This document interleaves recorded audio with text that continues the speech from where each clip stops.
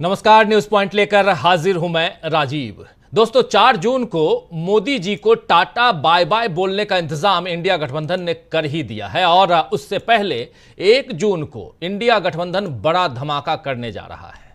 जी हां, विपक्षी दलों के गठबंधन इंडिया की एक बड़ी बैठक 1 जून को दिल्ली में होने जा रही है। यह खबर कोई नई खबर नहीं दे रहा हूं, इस खबर को हम लोगों ने आप तक कल ही पहुंचा दिया था, लेकिन इस खबर में नया क्या कुछ है वो हम इस चर्चा के दौरान आप तक पहुंचाएंगे। इसलिए 1 जून को विपक्ष करने वाला है बड़ा धमाका। ये आप तक हम क्या क्या धमाका होने जा रहा है ये हम आप तक पहुंचाएंगे। और इस बैठक में माना जा रहा है कि इंडिया अपनी सरकार बनाने की तैयारी करेगा ताकि बीजेपी कोई खेल इस बार न कर सके। इस बार बीजेपी को भी हार का एहसास हो ही रहा है। खबर आई है कि मोदी आखिरी चरण का प्रचार समाप्त होने के बाद कन्याकुमारी, जी हां कन्याकुमारी, सीधे दक्षिण चले जाइए तमिलनाडु से नीचे, कन्याकुमारी में विवेकानंद मेमोरियल में ध्यान लगाने के लिए जाएंगे। वही कन्याकुमारी जहां से राहुल गांधी ने अपनी भारत जोड़ो यात्रा की शुरुआत की थी और वही विवेकानंद आश्रम, विवेकानंद मेमोरियल, जहां पर कह रहे थे, खासकर स्मृति ईरानी ने कहा था कि राहुल गांधी वहां मत्था टेकने नहीं गए, लेकिन तुरंत ही वीडियो आ गया कि राहुल गांधी सबसे पहले वहीं पहुंचे थे। चलिए, अब ध्यान लगाने के लिए नरेंद्र मोदी, ऐसी खबर आ रही है कि वहीं जा रहे हैं। आपको याद होगा कि नरेंद्र मोदी कहीं और भी गए थे, खैर, लेकिन अभी हम बात कन्याकुमारी विवेकानंद आश्रम की करें तो इसी जगह पे स्वामी विवेकानंद ने भी ध्यान लगाया था। और हालांकि स्वामी विवेकानंद का ध्यान अध्यात्म से प्रेरित था, अध्यात्म उससे प्रेरित था, और मोदी जी का ध्यान सत्ता पाने की भावना से प्रेरित हो सकता है, या फिर हार के डर को कम करने के लिए भी हो सकता है। आपको याद दिला दूं कि 2019 में भी मोदी आखिरी फेज की वोटिंग से पहले केदारनाथ गए थे। वहां पर केदारनाथ में बनी हुई रुद्र गुफा में नरेंद्र मोदी ने 17 घंटे ध्यान लगाया था। चश्मा पहनकर गुफा में ध्यान लगाने की तस्वीरें आपको शायद याद होंगी दोस्तों।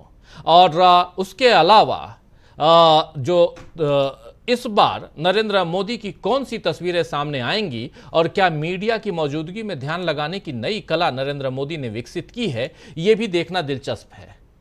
प्रचार, ये जो चश्मा पहन करके नरेंद्र मोदी, ये 18 मई 2019 की बात है, 17 नहीं, 18 मई 2019 की बात है। नरेंद्र मोदी चश्मा लगाकर रुद्र गुफा में ध्यान लगा रहे हैं। 17 घंटे तक इन्होंने ध्यान लगाया था। खैर, प्रचार खत्म होने के बाद मोदी का ध्यान लगाने का पैंतरा एक तरह से प्रचार को जारी रखना ही है, ये कह सकते हैं, क्योंकि टीवी वाले फिर से दिन भर मोदी को ध्यान करते हुए दिखाएंगे और इस तरह चुनाव आयोग को तो झांसा दिया जा सकता है, लेकिन क्या इस बार जनता ऐसे झांसे में आने वाली है, यह भी देखना दिलचस्प होगा दोस्तों।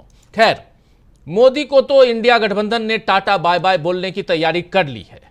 आइए जरा राहुल गांधी से ही शुरुआत करते हैं। राहुल गांधी ने आज वाराणसी में कहा है, क्या कुछ कहा है, जरा उनकी जुबानी सुन लीजिए, चर्चा आगे बढ़ाएंगे। सुनिए Rahul Gandhi, tata bye bye तक। ये जो दोनों समाजवादी पार्टी और कांग्रेस पार्टी है, जो हाथ का निशान है और जो साइकिल का चिन्ह है, ये दोनों एक साथ मिल गए हैं, साइकिल को हाथ के पंजे ने पकड़ लिया है, जीत निश्चित है। यहां पे मैं बता रहा हूं, लिख लो, यहां पे क्लीन स्वीप होने जा रही है इंडिया गठबंधन की। लाइन लगने वाली है सीटों की, टकाटक टकाटक टकाटक टकाटक। और उसके बाद goodbye BJP, goodbye Narendra Modi, tata. तो goodbye Narendra Modi, goodbye BJP, tata, ये कह रहे हैं राहुल गांधी। राहुल गांधी ने आज अपने अंदाज में फिर से मोदी के परमात्मा वाले बयान पर उनकी खिंचाई फिर से की है, जरा वो भी सुन लीजिए। परमात्मा, आपको याद है ना, नरेंद्र मोदी कह रहे हैं मैं बायोलॉजिकल नहीं हूं, मां बाप ने मुझे पैदा नहीं किया, मुझे तो परमात्मा ने सीधा भेजा है भारत की सेवा करने के लिए। किसकी गोद में गिरे वो और कहां गिरे, चोट लगी कि नहीं लगी, ये तो बाद की बात है, लेकिन चाय बेचते हुए अपने आप को कहते हैं। लेकिन उसी परमात्मा वाले बयान पर आज राहुल गांधी ने खूब खिंचाई की है, जरा सुन लीजिए। भाई और बहनों, आपने नरेंद्र मोदी जी के इंटरव्यू देखे आजकल, वो चमचे वाले, जिसमें 4-5 चमचे बैठते हैं और नरेंद्र मोदी से सवाल पूछते हुए देखे आपने? अखिलेश जी से इंटरव्यू करते हैं तो उल्टे सीधे सवाल पूछते हैं, मगर नरेंद्र मोदी जी से सवाल पूछते हैं तो कहते हैं, मोदी जी आप आम कैसे खाते हो? मोदी जी आप आम छील के खाते हो या काट के खाते हो? मोदी जी आम खाने से पहले आप उसको धोते हो? और मोदी जी जवाब देते हैं, ओ चमचो, नरेंद्र मोदी कुछ नहीं करता है, सब कुछ अपने आप होता है। नरेंद्र मोदी को धरती पे परमात्मा ने भेजा है, बाकी सब लोग बायोलॉजिकल हैं, माता पिता से पैदा हुए हैं। नरेंद्र मोदी बायोलॉजिकल नहीं है। नरेंद्र मोदी जी ऊपर से टपक के आए हैं, उनको परमात्मा ने हिंदुस्तान भेजा है परमात्मा का काम करने के लिए। मजे की बात यह है कि परमात्मा ने उनको अदानी जी की मदद करने के लिए भेजा है, अंबानी जी की मदद करने के लिए भेजा है, मगर परमात्मा ने उन्हें किसान को मदद करने के लिए नहीं भेजा, मजदूर को मदद करने के लिए नहीं भेजा, जाति जनगणना करवाने के लिए नहीं भेजा। अजीब सी बात है भाइयों और बहनों, अगर सचमुच में परमात्मा ने भेजा होता तो परमात्मा कहते कि हिंदुस्तान के सबसे कमजोर लोगों की मदद करो, किसानों की मदद करो, मजदूरों की मदद करो, गरीबों की मदद करो।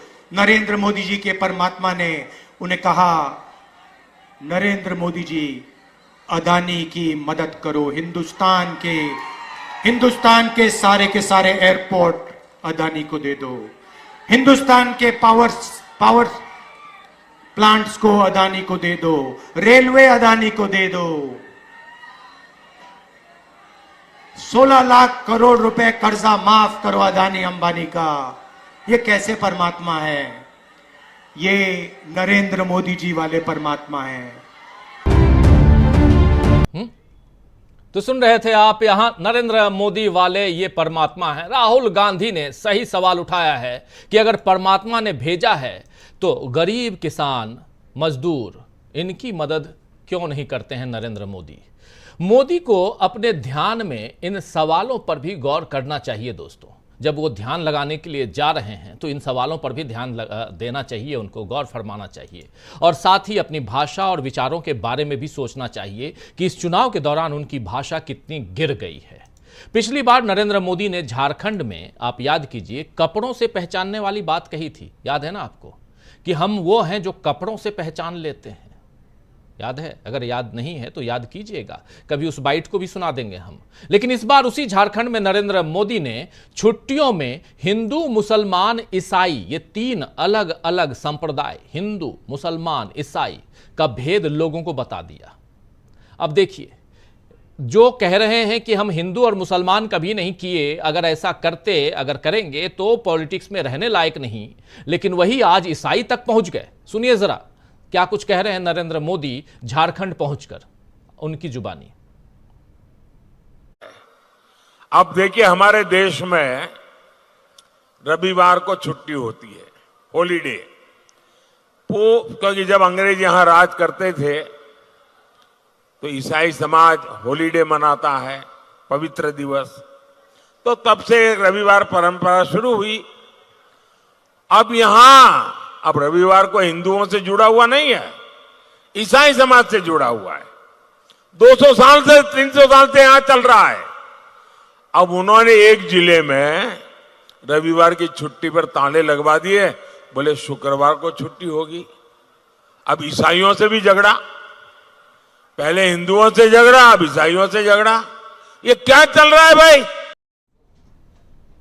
तो सुन रहे थे दोस्तों, मोदी जी अगर पहली बार ऐसा बयान देते तो आश्चर्य होता, लेकिन अब देश भी इनकी सोच समझ चुका है।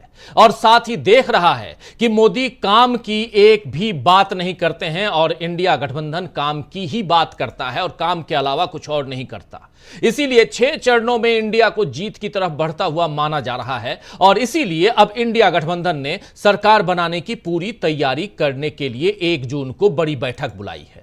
आज जब पटना में तेजस्वी यादव से पत्रकारों ने पूछा कि 1 जून को आप मीटिंग में जाएंगे, तब उन्होंने कहा कि 1 जून को तो जाऊंगा ही, लेकिन 4 जून को चाचा इधर आएंगे। जरा सुनिए तेजस्वी यादव को। हाँ, बैठक होगी तो उसमें जो है हम लोग जाएंगे, लेकिन आप जो कह रहे हैं ना 4 जून के बाद, हमारे चाचा जो है पिछड़ों की राजनीति और पार्टी बचाने के लिए कोई भी बड़ा फैसला 4 जून के बाद ले सकते हैं। आपके साथ आएंगे क्या? अब आप जब बड़ा फैसला लेंगे तो देखिएगा। चलिए, तो 1 तारीख को कौन सा धमाका करेगा इंडिया, आज इस पर चर्चा करेंगे। लेकिन उससे पहले उधर लालू प्रसाद यादव को भी सुनते हैं, वो क्या कुछ कह रहे हैं। लालू प्रसाद यादव ने भी आज मीडिया से चर्चा की, सुनिए क्या कह रहे हैं। रिजल्ट के बाद पता। हाँ, रिजल्ट के बाद पता लग जाएगा। आप मोदी जी के 10 साल के कार्यकाल को कैसे देखते हैं? मोदी का चलिए ना भाई, चलिए आप मोदी जी के 10 साल के कार्यकाल को कैसे देखते हैं? जी सर, मोदी गए, अब मोदी गए। हाँ। फिर आपका सत्ता बनेगा तो आपका क्या कुछ प्लान बता सकते हैं क्या? सारा प्लान बना। आज योगी जी भी यहाँ रैली कर रहे हैं। अरे बात सुनो, मोदी बोल रहे हैं कि हम अवतार हैं, अवतार पैदा किए हुए नहीं है, अवतार हैं। चलिए आप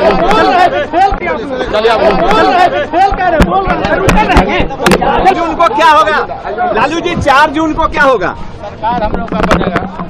4 जून को क्या होगा?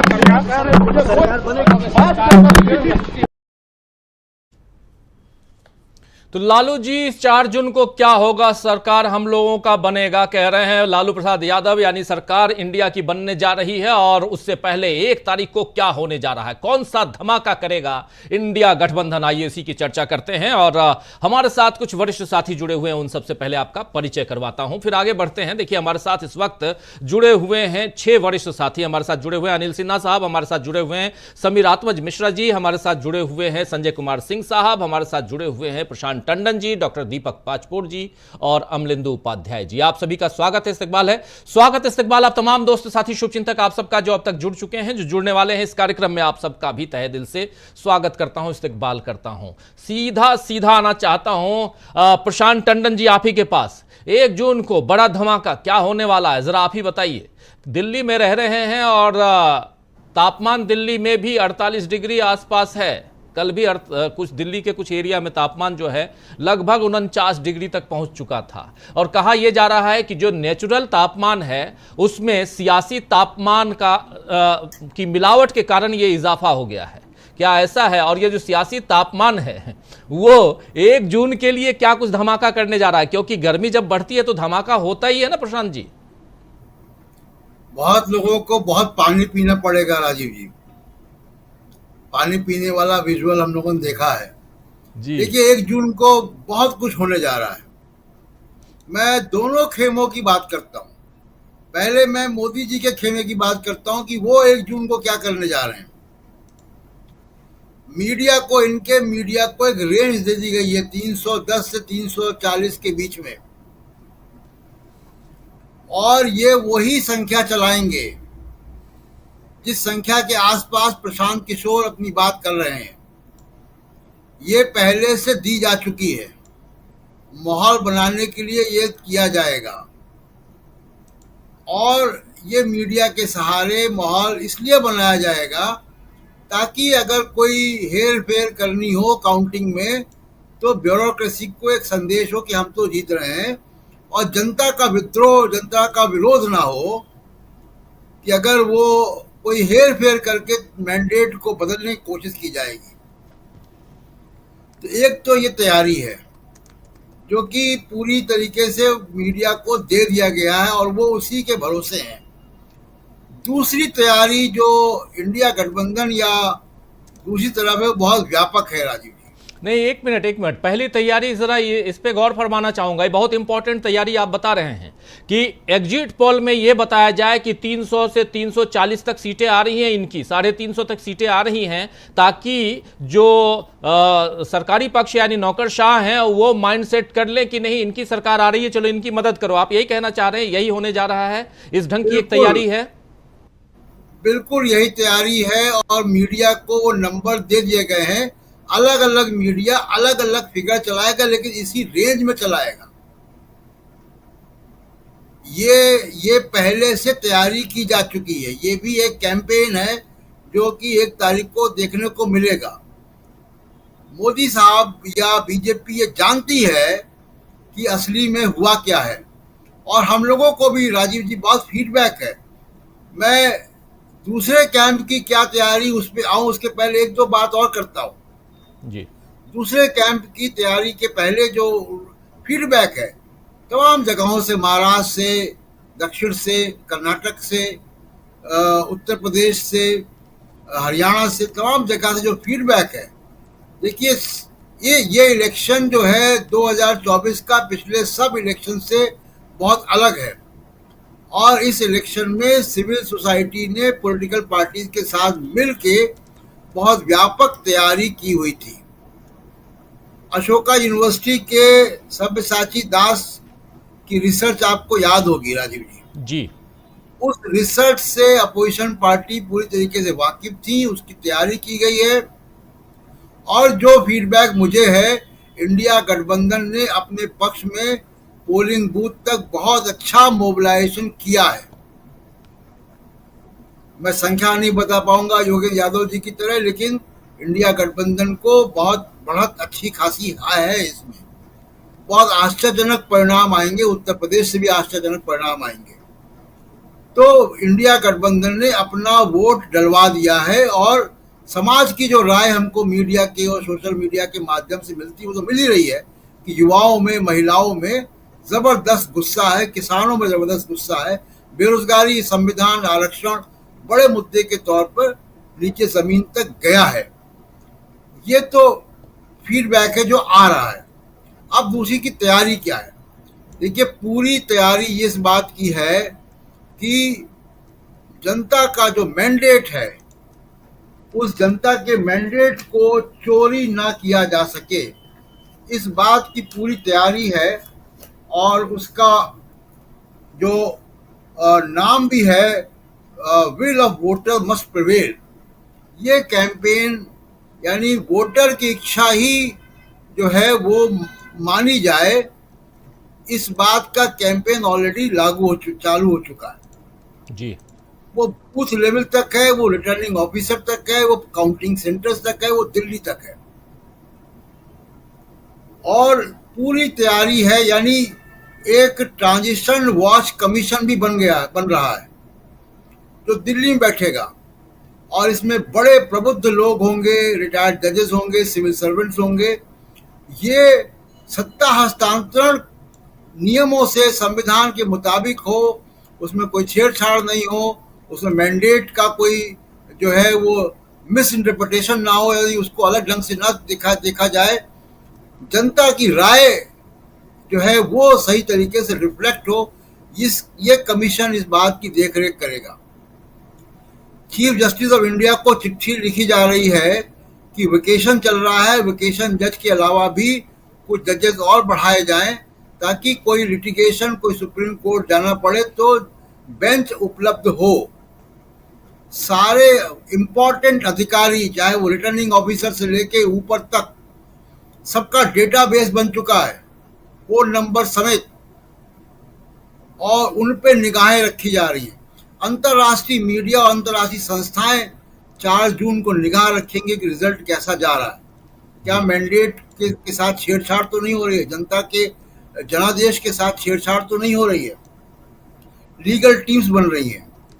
और अगर जनता के साथ मैंडेट में छेड़छाड़ किया गया तो राष्ट्रीय स्तर के सत्याग्रह की भी योजना बन रही है कि राष्ट्रीय स्तर पर किसान, छात्र, मजदूर पूरे देश में जो है वो अपने गुस्से को सड़कों पर लाएं, इजहार करें और अपने अपने जो वोट है मतदान उसकी रक्षा करें। ये पूरी तैयारी हो रही है और इसके साथ साथ एक और तैयारी चल रही राजीव जी, जो इंडिया गठबंधन और एनडीए की जो कुछ पार्टियां जो नहीं हैं, जो दोनों खेमों में नहीं है, उनके नेताओं से भी संपर्क साधा जा रहा है। तो ये सब तैयारियां दिल्ली में चल रही हैं, स्टेट कैपिटल्स में चल रही हैं। बड़े नेता यहाँ मौजूद रहेंगे, तमाम बड़े बड़े वकील, रिटायर्ड जजेस, ब्यूरोक्रेट्स, वो सब इस प्रक्रिया में शामिल होंगे कि मैंडेट के साथ छेड़छाड़ ना हो। तो दोनों कैंप में तैयारी ये है। दोनों कैंप की तैयारी राजीव जी मैंने आपको बता दी जी। दोनों कैंप, एक तरफ इंडिया गठबंधन, दूसरी तरफ एनडीए यानी बीजेपी कह लें तो, क्योंकि एनडीए तो कुछ है ही नहीं, बीजेपी मेनली है उसमें। और बीजेपी की तैयारियों में एक फिगर दे दिया गया है ऑलरेडी कि 1 जून की शाम को 5 बजे के बाद से 6 बजे चुनाव खत्म होगा। और जब आप वो एग्जिट पोल लेकर आएंगे तो एग्जिट पोल में क्या आंकड़े दिखाने हैं, ये जो ओरिजिनल आंकड़े नहीं होंगे। और इसलिए क्योंकि मेंटेलिटी उस ढंग से बनाई जाए ताकि 3 दिनों तक जो हेरफेर करना हो और देश की जनता की मानसिकता को जैसे उस एग्जिट पोल के जरिए चेंज करना हो, इसमें कुछ भी नया नहीं है। ये सब आप सब अच्छी तरह से जानते हैं। ये सब करने की तैयारियां एक तरफ से सत्तारूढ़ दल की तरफ से और दूसरी तरफ इंडिया गठबंधन क्या तैयारियां कर रहा है उसकी बानगी यहां रख रहे थे प्रशांत टंडन जी। इस पे और विस्तार से जब सेकेंड राउंड उनके पास आएंगे तो हम समझेंगे। तो जो धमाका है वो धमाका किस दिशा में है, ये सियासी धमाका, और उसमें 1 जून को क्या कुछ दिल्ली में होने जा रहा है। तमाम दलों के नेता यहां पहुंच रहे हैं। 2 नेता उसमें नहीं रहेंगे मीटिंग में। एक उद्धव ठाकरे नहीं रहेंगे क्योंकि वो विदेश में हैं, और दूसरे ममता बनर्जी ने आने से अभी इनकार किया है, इसलिए क्योंकि उस दिन वहां चुनाव है और कोलकाता में उनको भी वहां वोट देना है। साथ साथ सबसे बड़ी बात कि ममता बनर्जी भी उनकी पूरी ताकत उन्होंने लगा रखी है, तो वो चाह रही हैं कि अपनी ताकत वहां लगाकर उस दिन का चुनाव शांतिपूर्ण निपटाया जाए। तो ममता बनर्जी और उद्धव ठाकरे ये 2 नहीं रहेंगे, बाकी तमाम नेता उस दिन मौजूद रहेंगे। दिल्ली में एक घमासान है और इंडिया गठबंधन की बैठक, उस बैठक में और उसके अलावा सुप्रीम कोर्ट को चिट्ठी लिखी जा रही है। उसके अलावा कई सारे चाहे सिविल सोसाइटी के लोग हों, जैसा बता रहे थे अभी प्रशांत टंडन जी, ये सब आप सुन चुके हैं, कुछ चीजों को सिर्फ रिपीट कर रहा हूं मैं।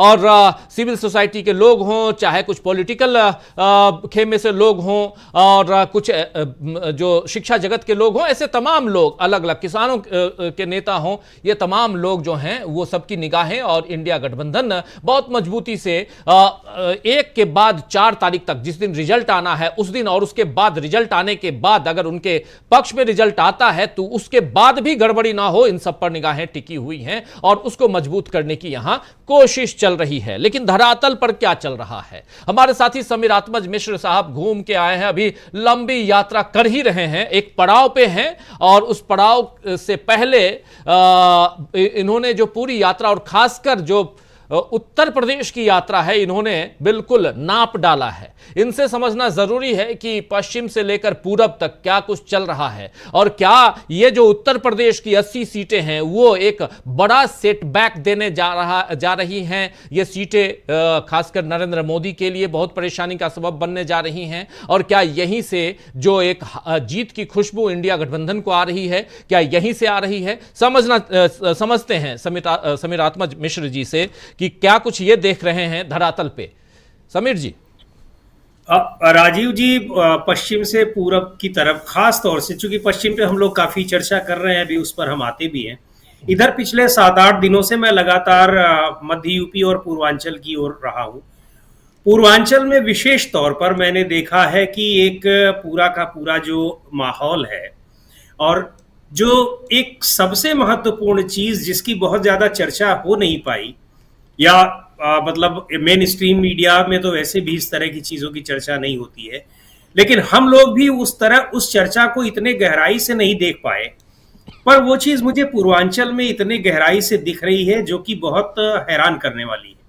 वो ये है कि विपक्ष की तरफ से जो एक बात की गई कि संविधान, भारतीय जनता पार्टी क्यों 400 पार का नारा दे रही है और फिर खुद क्यों 400 पार के नारे से वो थोड़ा सा दूर चली गई। उसके पीछे जो ये कारण बताया गया या जो लोगों में आशंकाएं थी कि ये संविधान बदलना चाहते हैं, और आशंकाएं इसलिए नहीं थी कि कुछ लोगों ने कह दिया, आशंकाएं इसलिए थी कि बीजेपी के ही बड़े नेताओं ने, जिम्मेदार नेताओं ने इस तरह की बात ओपनली कही थी।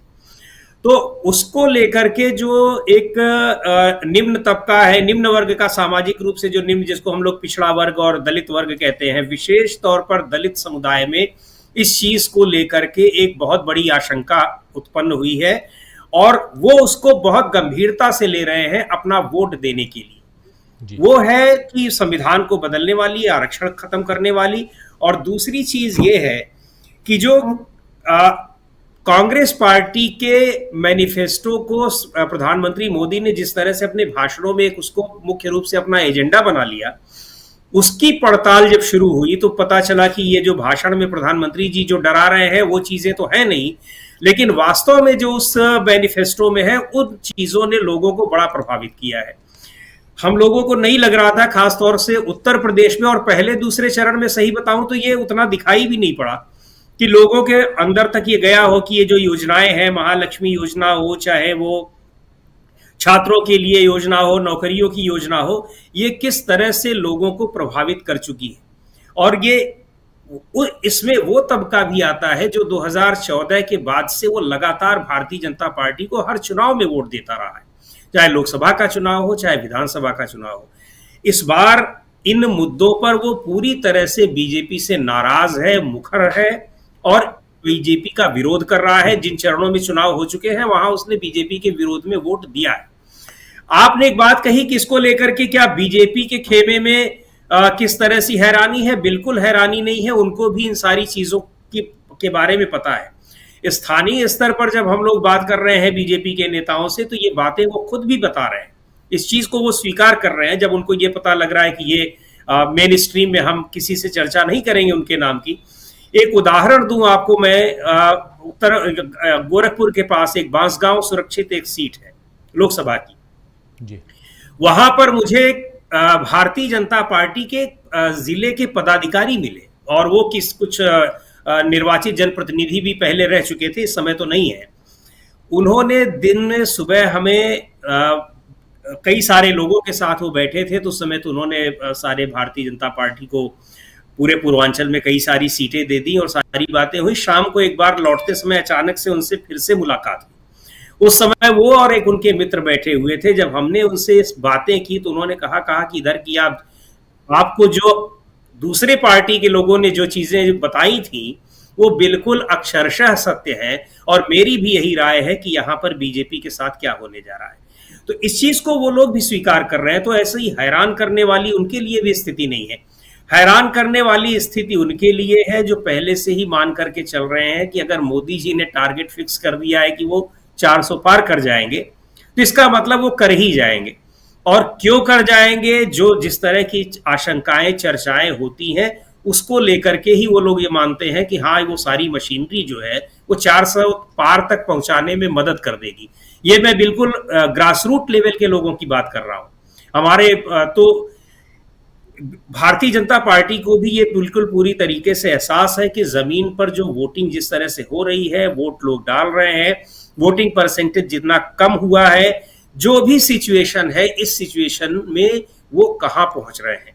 जाहिर तौर पर अभी तक ये बिल्कुल स्पष्ट है। मैं सीटें कितनी आएंगी कितनी नहीं आएंगी ना तो मेरा काम है, ना मैं उस तरह से मैंने आकलन किया है, लेकिन वोट परसेंटेज में अच्छी खासी गिरावट इस बार बीजेपी के पक्ष में दिखाई पड़ रही है और इंडिया गठबंधन के पक्ष में मजबूती के साथ वो वोटिंग परसेंटेज बढ़ा हुआ दिख रहा है।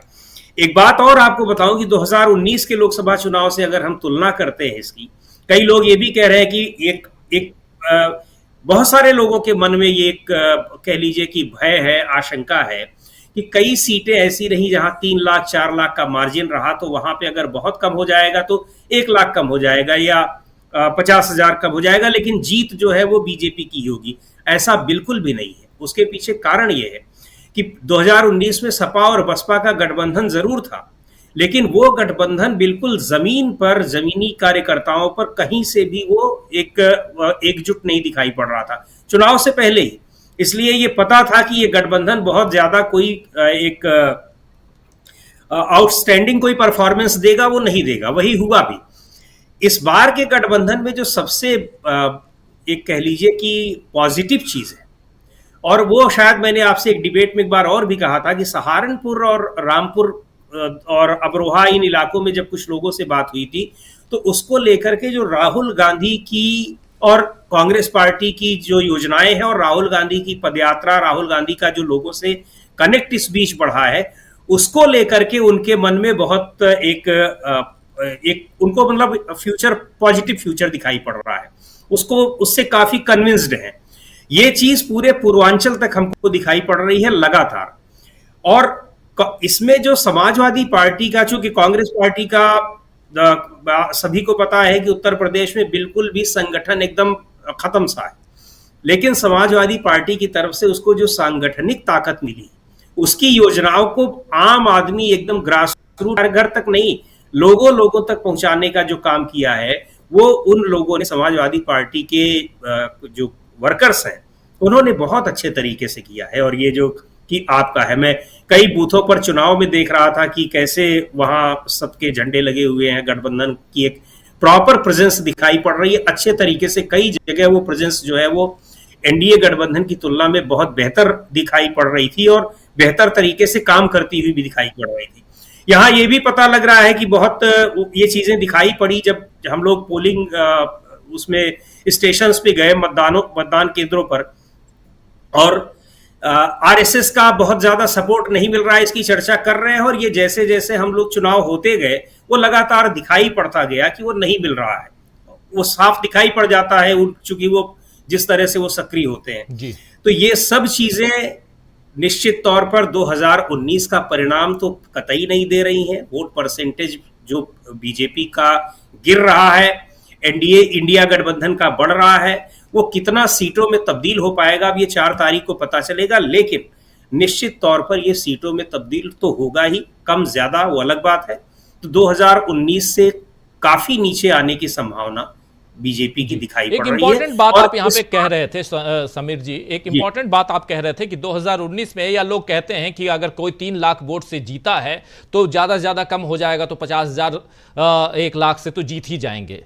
लेकिन यहां आप जो इंपॉर्टेंट बात कह रहे हैं कि 2019 की तुलना में 2024 का चुनाव जो है ये डिफरेंट इसलिए है क्योंकि यहां पर समाजवादी पार्टी और कांग्रेस के वर्कर्स एक साथ, चलिए कांग्रेस का उतना अच्छा, उतना मजबूत वहां पर कार्यकर्ता वर्ग नहीं है, ठीक है, मान लिया, लेकिन समाजवादी पार्टी का कुनबा मजबूत है और दोनों बहुत मजबूती के साथ यहां पर धरातल पर दिखाई दे रहे हैं। और कतई नहीं हो सकता, क्योंकि देखिए छत्तीसगढ़ में चुनाव हुआ, चलिए ईवीएम और बाकी चीजों को किनारे रख दें, 10% का अंतर था 2018 में, कांग्रेस और बीजेपी के वोट में 10% का अंतर था। प्रशांत टंडन जी, आप और हम लोग याद कीजिए, रायपुर से हम लोगों ने लाइव किया था विधानसभा चुनाव के समय, और लेकिन उस न सिर्फ उस गैप को भरना बल्कि उससे 5% ऊपर जाना, यानी आप 15% गेन करते हैं, ये छोटी मोटी बात नहीं हो सकती।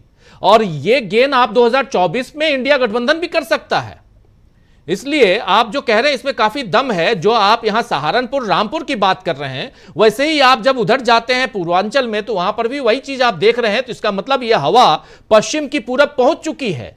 और शायद राहुल गांधी ने जो उत्तर प्रदेश में अपनी यात्राएं की थी, पहली यात्रा इधर पश्चिम की और दूसरी यात्रा में पूरब और पश्चिम दोनों को समेटा था उन्होंने, इसका फायदा शायद दिखाई दे रहा है जो आप कह रहे हैं समीर जी। पूर्वांचल में ये ज्यादा कह लीजिए कि गहराई से दिखाई पड़ रही है।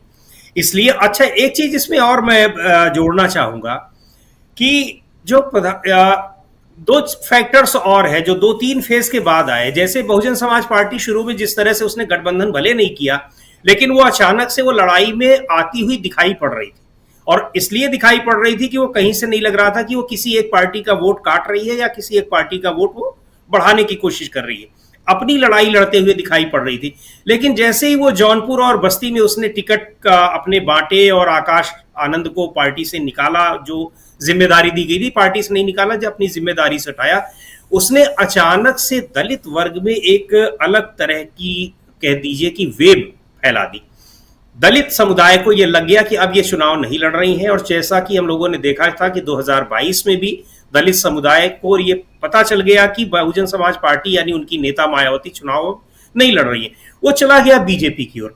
इस बार उसका बड़ा तबका जो है उसने बीजेपी की ओर न जाकर के, और उसके दिमाग में ये चीज पहले से स्पष्ट थी कि उधर नहीं जाना है, या तो बहुजन समाज पार्टी के फेवर में देना है या फिर हमको गठबंधन के फेवर में देना है। और यहाँ और भी महत्वपूर्ण बात यह है कि वो दलित समुदाय, खासतौर से जो जाटो समुदाय है, जो बहुजन समाज पार्टी का एक कोर वोटर होता है, उसमें हमने जाकर के लोगों के बीच बात करके देखा, उसको इस बार समाजवादी पार्टी से, जिससे वो दूरी बनाकर वो लोग रहते हैं, 2022 में उन्होंने समाजवादी पार्टी को नहीं दिया, 19 में भी नहीं दिया, इस बार उनको समाजवादी पार्टी का भी कैंडिडेट अगर है गठबंधन की ओर से, उसको भी वोट देने में किसी तरह का कोई परहेज नहीं हुआ है। तो ये वोट परसेंटेज को कितना बढ़ाएंगे, मतलब ये उस गठबंधन के लिए आप कल्पना नहीं कर सकते, काफी ज्यादा होगा और वो सीटों में बदलेगा ही, और वही फिर से वही बात आएगी कितना बदलेगा जी। और दूसरी बात ये, प्रधानमंत्री के भाषणों की जो लाइन और लेंथ जो बदली थी, यानी पहले दूसरे फेज के बाद, और वो बिल्कुल पूरी तरह से स्टिक हो गए कांग्रेस पार्टी के घोषणा पत्र पर, और घोषणा पत्र की उन बातों पर जो वास्तव में है ही नहीं, यानी हिंदू मुसलमान वाली जो बातें हैं, आपका इतना ले लेंगे, आधा ले लेंगे, ये ले लेंगे, बहुत ही ज्यादा इसने निगेटिव प्रभाव डाला है उन मतदाताओं के ऊपर जो 2014 से लेकर के और 19 तक लगातार भारतीय जनता पार्टी को वोट दे रहे थे। ये दिखाई पड़ेगा युवाओं में, बेरोजगारों में, जो छात्र हैं, युवा हैं, उनकी नाराजगी। उनसे हमने सीधे तौर पर पूछा कि आप तो 2022 में भी इस तरह से नाराज थे, तो कई लड़कों ने कहा हम नाराज थे, तो उसका प्रभाव भी तो दिखाई पड़ा। जो बहुमत 2017 में भारतीय जनता पार्टी को विधानसभा में था, वो उतनी सीटें हट करके वो अगर नीचे तक आई हैं तो कैसे आ गई? ये हम लोगों का विरोध ही था, हम लोगों ने विरोध में वोट डाला था, तभी तो हुआ। तो ये सब चीजें अलग अलग वर्ग को, इसको आप जाति, धर्म, संप्रदाय से नहीं देख सकते हैं। ये ऐसे पॉकेट्स हैं जहां नाराजगी अलग अलग तरह से दिखाई पड़ रही है। और दूसरे ये जो लोगों को, मतदाताओं को डराने धमकाने की कि कांग्रेस आएगी, ये वही लोग कह रहे हैं कि आप अब मत डराइए, जितना डरना था डर चुके हैं।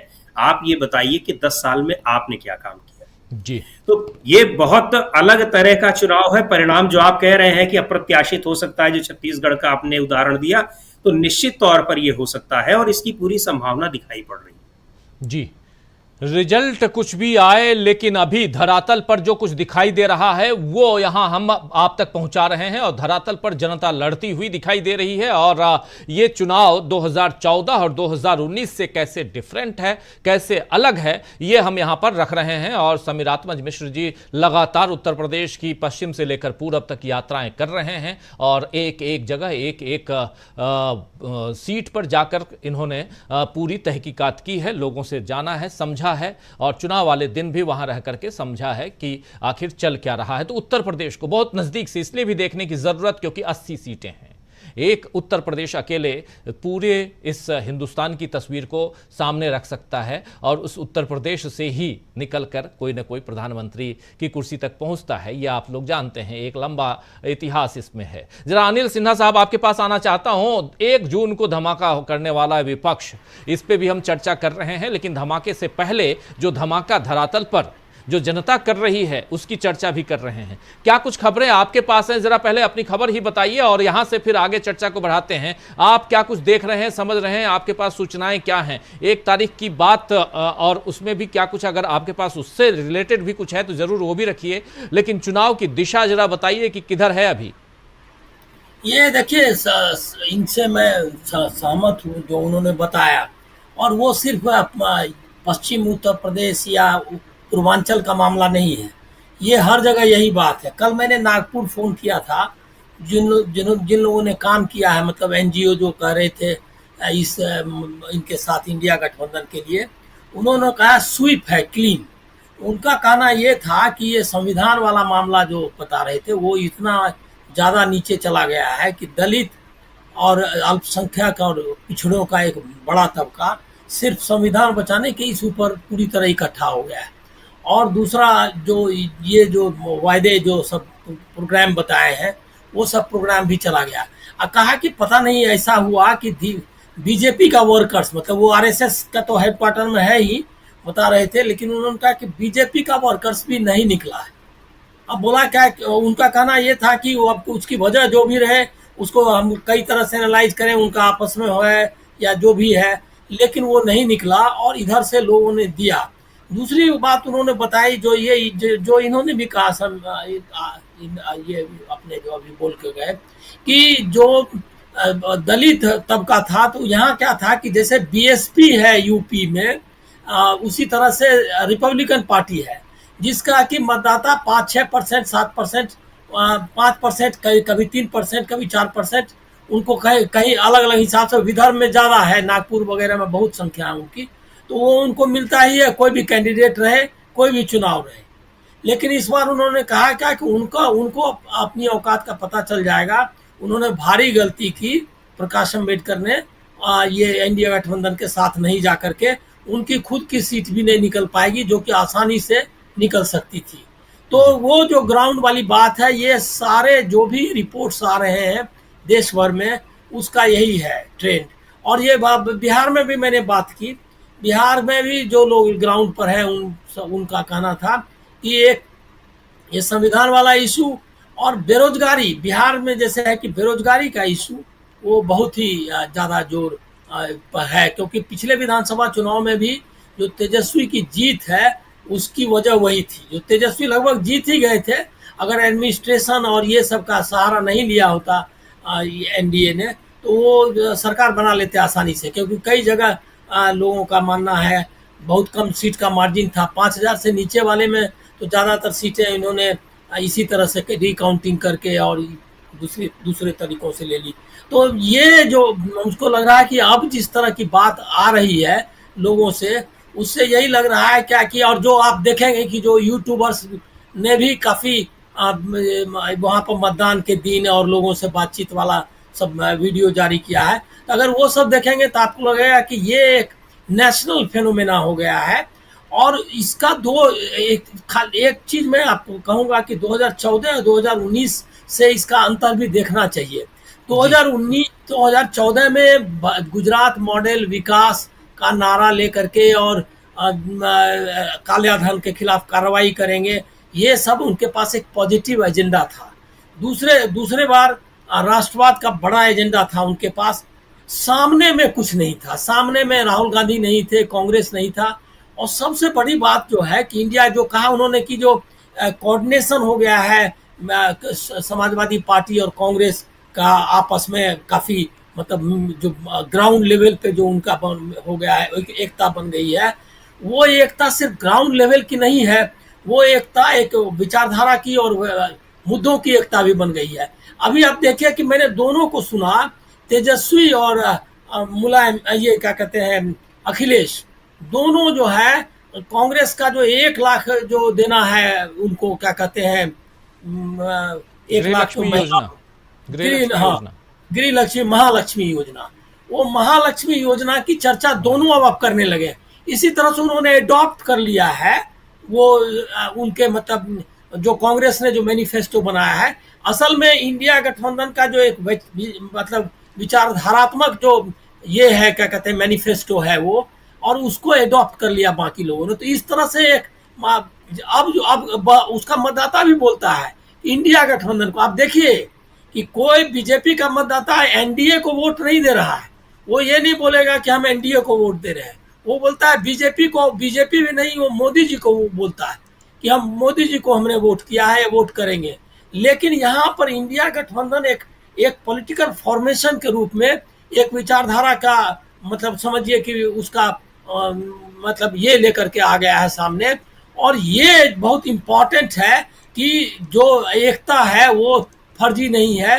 तो वहाँ है क्या कि बीजेपी के वर्कर्स भी खुद नहीं निकले हैं, इसीलिए कि मोदी जी का चुनाव है, एनडीए भी नहीं मौजूद है चूंकि बीजेपी है वहाँ। तो इस तरह से मतलब सब कुछ जो एकदम डिफरेंट हो गया है। सिर्फ लोगों को, सबको संदेह है ये चुनाव आयोग क्या करेगा। आज बिहार से भी एनजीओ के एक बड़े संगठनकर्ता से का फोन आया था, वो लोग भी आज मीटिंग कर रहे हैं रात में। तो वो लोग यही चिंतित कि इतना % बढ़ा दिया है, ये पोलिंग परसेंटेज का इसका क्या होगा। तो वो हर लेवल पे कोशिश में है कि इसका मौका इनको ना दिया जाए और जो इसको रेसिस्ट किया जाए। अगर चुनाव आयोग इस तरह की घपलेबाजी करने में उनको सहयोग करता है तो उसको रेसिस्ट किया जाए, ये भी है। मतलब दोनों तरफ से चालू है। इंडिया गठबंधन का जो अपना है तो है ही, साथ में एक एनजीओ जिनको ये लग रहा है कि इस सत्ता को बाहर मतलब निकालना बहुत जरूरी है, इनको सत्ता से बाहर निकालना, वो भी एक्टिव है। तो एक तरह का हमको लग रहा है कि देखिए हम लोग को पॉजिटिव साइड लेना चाहिए कि अगर ऐसा माहौल है तो आपको क्या लगता है कि जो ब्यूरोक्रेसी है या जिसको हम लोग एक समझ रहे हैं कि कोई आइलैंड में तो है नहीं, वो उसके भी घर हैं, वो भी किसी मोहल्ले में रहता है, वो भी कहीं काम कर रहा है, और ये चुनाव की जो ब्यूरोक्रेसी है वो डाइवर्स है। डाइवर्स है क्या? उसमें टीचर भी काम करता है, उसमें बैंक के स्टाफ भी काम करते हैं। ये नहीं है कि वो सिर्फ गवर्नमेंट का जो डायरेक्ट एडमिनिस्ट्रेशन है तो वो ब्यूरोक्रेसी इनके पक्ष में ही काम करेगी। ये हमको लग रहा है कि ये मानकर हम लोगों को नहीं चलना चाहिए और पॉजिटिवली देखना चाहिए कि वो भी अंततः जो जनता की राय है उससे ये करेंगे। बाकी करप्शन को छोड़ दीजिए, लेकिन मानना चाहिए। बिल्कुल, लेकिन इधर दूसरी तरफ राहुल गांधी लगातार अगर देखा जाए तो इस पूरे चुनाव के जो अगर नायक की भूमिका अगर में कोई है, महानायक की भूमिका में विपक्ष की तरफ से, तो वो राहुल गांधी हैं, जिन्होंने पूरे विपक्ष को न सिर्फ एकजुट लाकर और बल्कि एक ऐसा मैदान बना दिया जहां पर आप अच्छी तरह से चुनाव लड़ सकते हैं। और इसीलिए अब साथ देते हुए उधर तेजस्वी यादव नजर आते हैं, अच्छी तरह से साथ देते हुए। दूसरी तरफ आप उत्तर प्रदेश आइए तो अखिलेश यादव दिखाई देते हैं। थोड़ी देर पहले राहुल गांधी और अखिलेश यादव दोनों वाराणसी में थे और सीधी चुनौती पेश कर रहे थे प्रधानमंत्री नरेंद्र मोदी को। लेकिन विचारधारा की लड़ाई में कौन आगे है, कौन पीछे है, मीडिया क्या कुछ कर रहा है, ये सारी बातें करते हुए राहुल गांधी, आइए जरा सुन लेते हैं राहुल गांधी क्या कह रहे हैं। उनकी एक बाइट छोटी सी। अलायंस के वरिष्ठ नेता, भाइयों और बहनों, प्यारे कार्यकर्ता, इंडिया अलायंस वाले, बब्बर शेर, टाइगर, जो इतनी गर्मी में शिकार करने निकले हैं, भाई और बहनों, विचारधारा की लड़ाई है। एक तरफ इंडिया गठबंधन और ये संविधान, और दूसरी तरफ वो लोग जो इस संविधान को रद्द करना चाहते हैं, खत्म करना चाहते हैं, फेंकना चाहते हैं। बीजेपी के नेताओं ने खुलकर कहा है कि अगर हमारी सरकार आएगी हम संविधान को खत्म कर देंगे। मैं उनको कहना चाहता हूं, आपकी सरकार नहीं आएगी।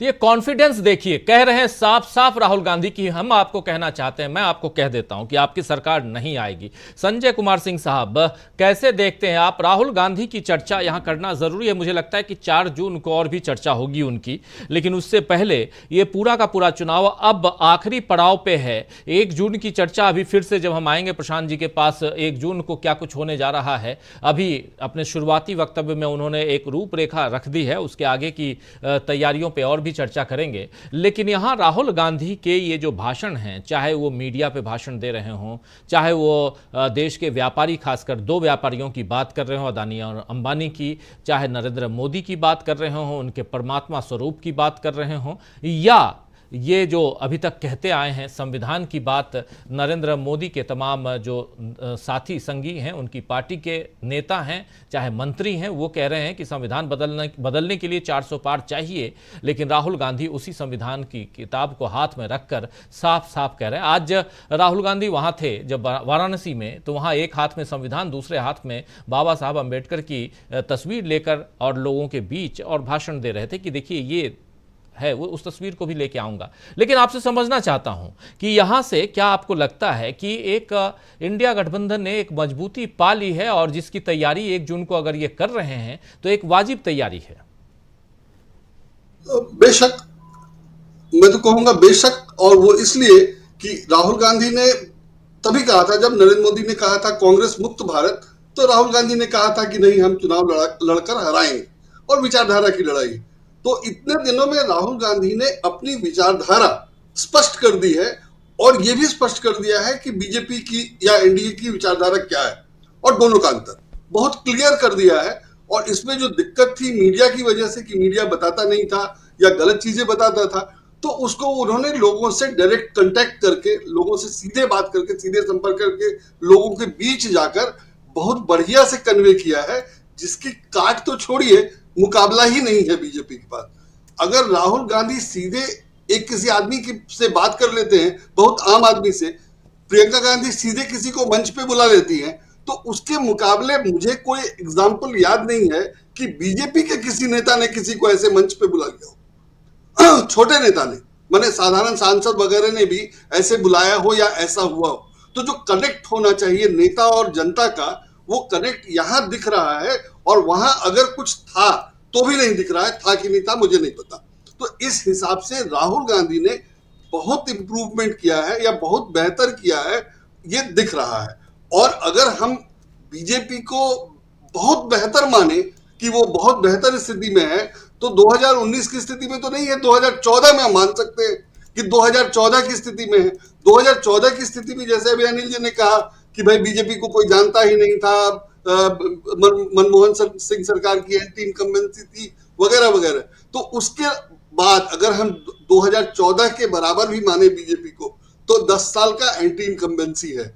और 10 साल के एंटी इनकम्बेंसी में इलेक्टरल बॉन्ड से लेकर के बहुत सारी चीजें हैं, मतलब नोटबंदी, जीएसटी, महंगाई, पेट्रोल की कीमत वगैरह वगैरह सब कुछ है। तो मतलब अगर कोई बीजेपी को सपोर्ट करेगा तो क्यों करेगा। और मुझे लगता है कि जो वो संविधान बदलने वाली बात थी, वो इसीलिए थी कि अगर मंदिर नहीं चल रहा है, हिंदू मुसलमान नहीं चल रहा है, काम हमने कुछ किया नहीं है, तो संविधान बदलने वाली बात रखी जाए, ताकि जो लोग इसके लिए पसंद कर रहे हैं, संविधान बदलने से मेरा मतलब है कि 370 हटाना जिनको पसंद आया, जिनको डिक्टेटरशिप थोड़ा थोड़ा पसंद था, जो लोग टू मच डेमोक्रेसी की बात कर रहे थे, तो वो लोग संविधान बदलने से, और एंटी मुस्लिम तो है ही है, वो लोग अगर सपोर्ट करते तो शायद बीजेपी की कुछ हवा बनती। लेकिन वो राहुल गांधी की पॉलिटिक्स थी कि बीजेपी भी उस पर स्टैंड नहीं कर पाई और इस पर इनको बैकफुट पे आना पड़ा। और बैकफुट पे आना जो इनके वोटर थे उनको भी बुरा लगा या उनके वहां भी नुकसान कर गया। जो लोग समझ रहे थे कि ये कर सकते हैं, उन्होंने देखा कि अरे ये तो पूरी तरह मुकर गए, और उसमें मोदी जी को कहना पड़ा कि मैं मुसलमान के खिलाफ नहीं हूं और अगर जिस दिन हो जाऊंगा वगैरह वगैरह। तो कहा तो इन्होंने है ना, अगर इंप्लीमेंट नहीं कर रहे तो भी कहा तो है ना इन्होंने, और इनका कहना, इनका हल्कापन तो दिखा ही रहा है। तो कुल में जाकर के जो इन्होंने 10 साल में अपनी छवि बनाई थी या जो कुछ क्रिएट किया था, वो सब राहुल गांधी के पॉलिटिक्स के आगे धराशायी हो गया। तो उसका मतलब राहुल गांधी बहुत मजबूत हुए हैं और बीजेपी या नरेंद्र मोदी कमजोर हुए हैं। अब इसमें अगर हम देखें कि इनका वोट वो मुफ्त राशन से है, तो कांग्रेस ने उसको डबल कर दिया। इसके अलावा राहुल गांधी ने पिछली ही बार कैश देने की 7-8 हजार रुपए कुछ कैश देने की बात की थी, और इस बार तो वो बहुत ज्यादा बढ़ गया है। तो पिछली बार जो कैश देने की बात की थी तब भी कहा था कि हमारा प्लान है, कैसे पैसा आएगा, कहां से आएगा, कैसे जाएगा, वो सब प्लान है। और इन लोगों ने नहीं माना तो उसका नुकसान नजर आया, और उसका नुकसान लोगों ने 5 साल झेला है, देखा है। तो अगर 5 किलो राशन से लोगों का वोट मिल सकता है, तो जो कैश मिलने की उम्मीद है वो बहुत बड़ी है। और पिछली बार लोगों ने उसको चूंकि नकार दिया था, इसलिए उसका भी है। तो अगर कन्वे नहीं हो रहा था, मैं ये समझ रहा था या मान रहा था कि कन्वे नहीं हो रहा है मीडिया के कारण, लेकिन राहुल गांधी ने डायरेक्ट कांटेक्ट करके, डायरेक्ट लोगों के बीच में जाकर के, राहुल गांधी ही नहीं मतलब सब लोगों ने इतना बढ़िया बना दिया है माहौल कि अपनी बात कन्वे कर दी है। और विचारधारा की लड़ाई है, दोनों की विचारधाराएं अलग अलग है, कितना फर्क है उसमें, जनता को कितना फायदा है, कितना नुकसान है, क्या फायदा है, क्या नुकसान है, वो सारी चीजें स्पष्ट है। तो अब कोई कारण नहीं है कि बीजेपी को कोई वोट दे, मैंने जो उनके अपने वोटर हैं वो तो देंगे ही, लेकिन जो जिसके पास चॉइस था वो इधर उधर हो सकता था, वो इधर वोट नहीं दे। और अगर थोड़ा सा भी वोट बदलेगा तो मुझे लगता है कि इधर सीटें काफी फर्क पड़ेंगी, और मैं इसकी उम्मीद कर रहा हूं। और दूसरी बात यह है कि जो ये था कि 300 पार 400 पार, वो सब जो करना था वो इधर कांग्रेस इधर से भी हो रहा है और इधर से भी उसका मुकाबला किया जा रहा है। जो पहले था कि भाई वो सीधे खराब से बोलते थे किसी के खिलाफ, तो चमची वगैरह बोल करके राहुल गांधी ने वो कसर भी पूरी कर दी है। हालांकि लोग उसकी आलोचना कर रहे हैं, मैं उसकी आलोचना नहीं करता, लेकिन मुझे लगता है कि वो जरूरी था थोड़ा बहुत इनपुट, तो राहुल गांधी ने वो भी कर दिया है। तो मुझे लगता है कि अब कोई कमी नहीं है, और जो सब जरूरी था और जो वो कर सकते थे एक लेवल तक, वो सब उन्होंने किया है, सब कुछ किया है, सब बिल्कुल, कुछ कमी नहीं रह गई, और मुझे लगता है कि उस सबका फायदा होगा जी, सबका बिल्कुल सब कुछ है जो करना चाहिए था इस चुनाव में। राहुल गांधी अपनी तरफ से और विपक्ष अपनी तरफ से वो करता हुआ दिखाई दे रहा है, और 6 चरणों के मतदान हो गए। 7वें दिन, 7वां चरण जिस दिन है, 7वां फेज 1 तारीख को है, और उसी दिन बैठक बुलाने के क्या मायने हैं, और वो भी आनन फानन में ये बैठक बुलाया गया है। ये बैठक ऐसा नहीं है कि पहले से इसकी तैयारी थी। प्रशांत टंडन जी और अच्छे से बताएंगे, उनके पास आता हूं तो। लेकिन इस बैठक से पहले एक और भी बहुत इंपॉर्टेंट जिस पहलू पे लगातार चर्चा होती रही कि इलेक्शन कमीशन आंकड़े जो है वो 11 दिन बाद क्यों जारी करता है। पहला और दूसरे फेज के आंकड़े जारी करने में 11 दिन, पहले फेज के 11वें दिन जारी क्यों करता है, पहली बात। और दूसरी बात, 101 करोड़ 7 लाख मतदाता कैसे बढ़ जाते हैं। लेकिन अब जब ये मामला सुप्रीम कोर्ट पहुंचा, सुप्रीम कोर्ट में ये मामला है, अभी ऐसा नहीं कि ये मामला बिल्कुल खत्म हो चुका है। वेकेशन कोर्ट है, वेकेशन कोर्ट ने अभी इसे कह दिया है कि हम इस पर सुनवाई बाद में करेंगे और सीजेआई इस पर फैसला लेंगे। लेकिन उससे पहले सवाल 2-3 ये आते हैं कि अब 2 दिन 3 दिन के अंदर चुनाव आयोग जो है वो आंकड़े जारी कर रहा है, चाहे वो 5वें फेज का हो या 6वें फेज का हो। 6वें फेज का यानी 6वें चरण का आज आंकड़ा आ गया है 63.37% की पोलिंग हुई है, और लगभग 1.5% का इजाफा है, और वो अमूमन होता है, उसमें तो बहुत ज़्यादा अंतर नहीं है, लेकिन 6-7% तो नहीं है। डॉक्टर दीपक पाचपोर जी, एक जो भरोसे की बात है चुनाव आयोग पे, और वो भी इस चुनाव में देखिए बहुत सारी चीज़ें हैं।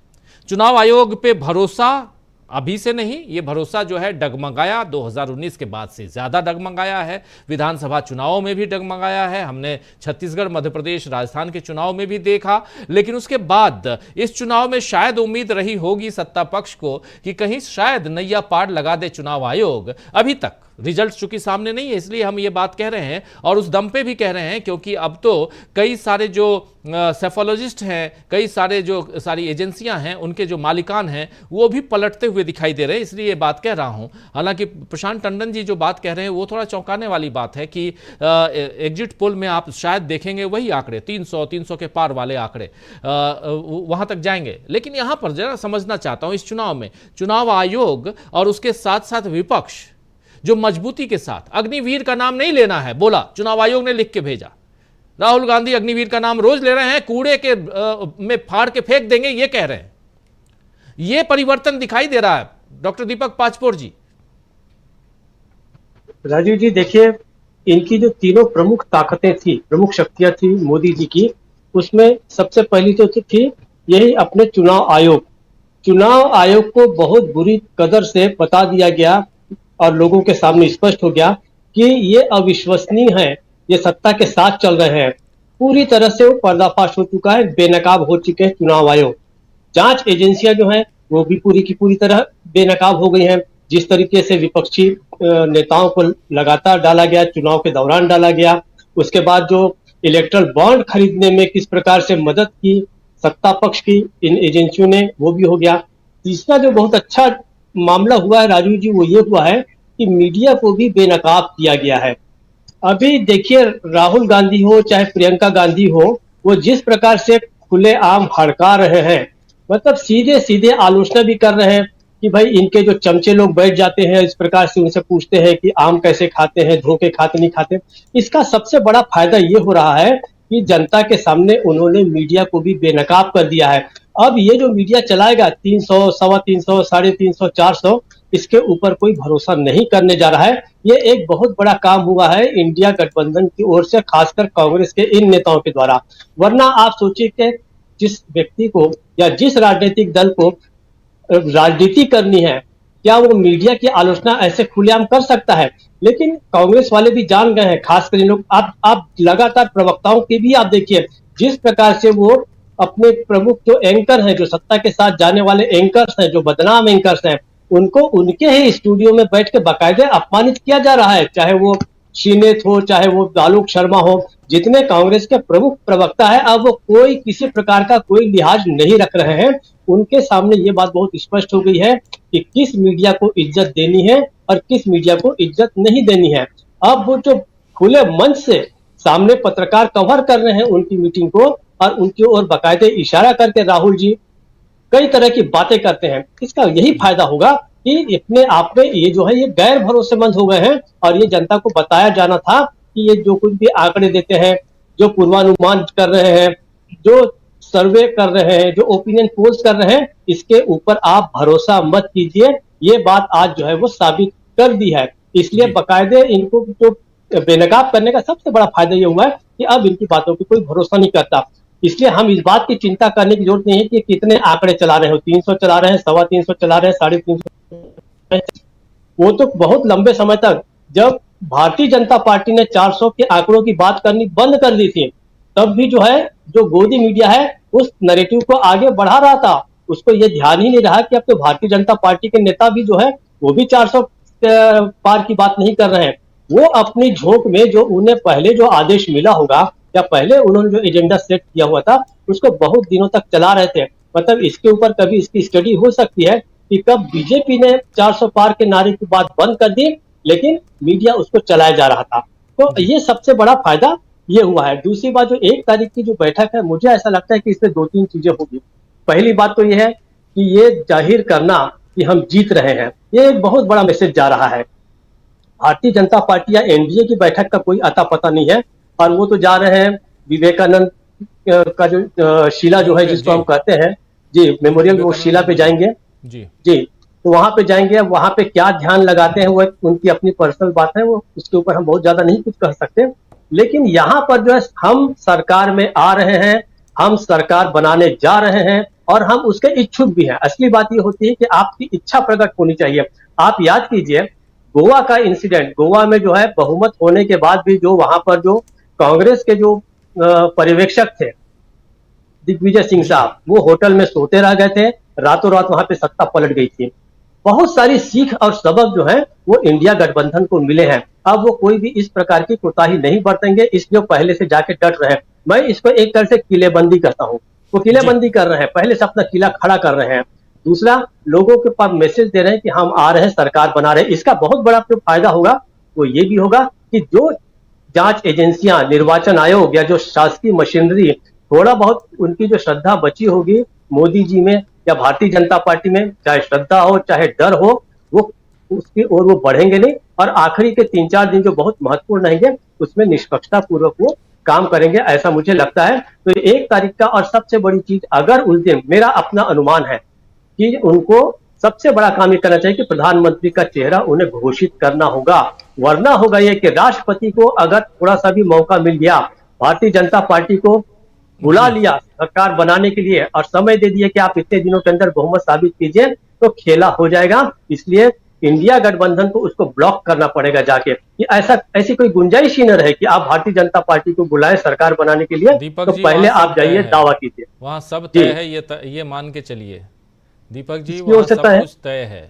इंडिया गठबंधन पिछले 2 साल से, और ये आप तय मानिए कि सब कुछ बना हुआ है, और अब उसके आगे की जो लड़ाई लड़नी है उसकी तैयारियां चल रही हैं, यही मान के चलिए। खैर, आना चाहता हूं अमलेंदु उपाध्याय जी आपके पास। अमलेंदु जी, जरा आपसे भी समझो, 1 जून बहुत इंपॉर्टेंट। देखिए 1 जून एक प्रेशर और भी है कि जितने लोगों के पास ये चिट्ठ भेजवा करके कि आप 300 के पार के आंकड़े दीजिए, अगर ऐसा, और ऐसा होता है, बड़े दावे के साथ, मैं जिम्मेदारी के साथ कह रहा हूं, ऐसा होता है।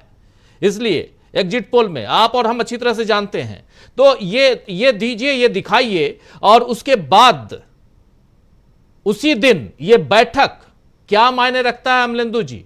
ये बैठक क्या ये भी मायने इसके निकाले जाएं कि एक प्रेशर उन लोगों के ऊपर भी होगा जिसकी तरफ इशारा कर रहे थे डॉक्टर दीपक पाचपोर जी, मीडिया के ऊपर भी, कि आप जो दिखाने जा रहे हैं वो गलत कर रहे हैं, सही नहीं है? अमलेंदु जी। अमलेंदु जी स्टिल हो गए हैं जी जी अमलेंदु जी।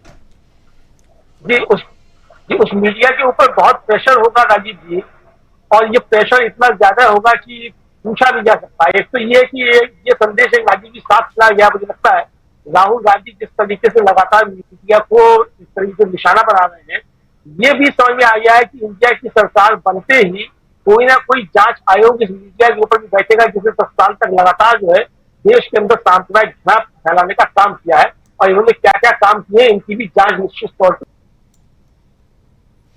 जी कोई बात नहीं अमलेंदु जी स्टिल हो रहे हैं, लेकिन आना चाहता हूं जल्दी से प्रशांत टंडन जी आपके पास। प्रशांत जी, बहुत सारी बातें हो रही थी, मंद मंद मुस्कुरा रहे थे आप, और बहुत कुछ आपके पास है, जरा उसको और आगे बढ़ाइए। आपसे समझना चाहता हूं कि क्या यहां से 1 जून से, जिसमें कि ये बात भी जो लेकर आया था मैं अमलेंदु जी के पास में, कि 1 जून को एक मीडिया के ऊपर भी प्रेशर की बात होगी, जो यहाँ राहुल गांधी चमचा और चमची वाली बात कर रहे हैं, इसको भी आगे बढ़ाने की बात होगी क्या? आप शब्दों का इस्तेमाल भले ना करें, लेकिन उसी दिन चूंकि शाम को एग्जिट पोल भी आना है, और एग्जिट पोल की बात आपने, एक खेमे की बात आपने बता ही दी। जरा समझना चाहता हूं कि यह भी स्ट्रेटेजिकली इसीलिए भी उसी दिन बैठक बुलाई गई है। राजीव जी, मीडिया संस्थान कितना प्रेशर झेल पाते हैं ये उनके ऊपर डिपेंड करता है। मैं तो आपको ये बता रहा हूं कि उनसे कहा क्या जा रहा है, अब वो इसको कितना मानते हैं कितना नहीं। और एक बात में और बहुत आश्चर्य मत कीजिएगा कि अगर कोई 2-3 जो है वो एस्ट्रोलॉजर भी आके ऐसी बातें करने लगे, सब कुछ अपनाया जाएगा, बहुत सारे तिकड़मे जो है वो अपनाई जाएंगी। लेकिन देखिए समीरात्मक जी इस बात को जानते हैं, क्योंकि ग्राउंड पे घूम रहे, हम लोग भी ग्राउंड पे गए हैं। ईवीएम और चुनाव आयोग की क्रेडिबिलिटी, और ईवीएम से गड़बड़ हो सकती है, ये बात भी उतना ही नीचे से चली गई जितना संविधान की बात और आरक्षण की बात गई है। किसी भी व्यक्ति से आप बात कर रहे हैं, वो ईवीएम को संदेह की दृष्टि से देखता है, एक बात। दूसरी बात, आपको हम लोगों को मालूम है राजीव जी कि 45 मिनट के लिए बारामती में सीसीटीवी कैमरा बंद हो गया था, जिसकी शिकायत जो है वो सुप्रिया सुले ने की थी जी। इस बात को संज्ञान में लेते हुए स्ट्रांग रूम जहां ईवीएम रखी गई हुई अभी तक, उसकी निगरानी का भी बहुत इंतजाम किया गया है, उसकी निगरानी हो रही है। आसपास उसके मोबाइल कैमरे और ये सब भी हैं कि वहां के मूवमेंट क्या है, तो स्ट्रांग रूम की भी काफी जो है वो निगरानी रखी जा रही है।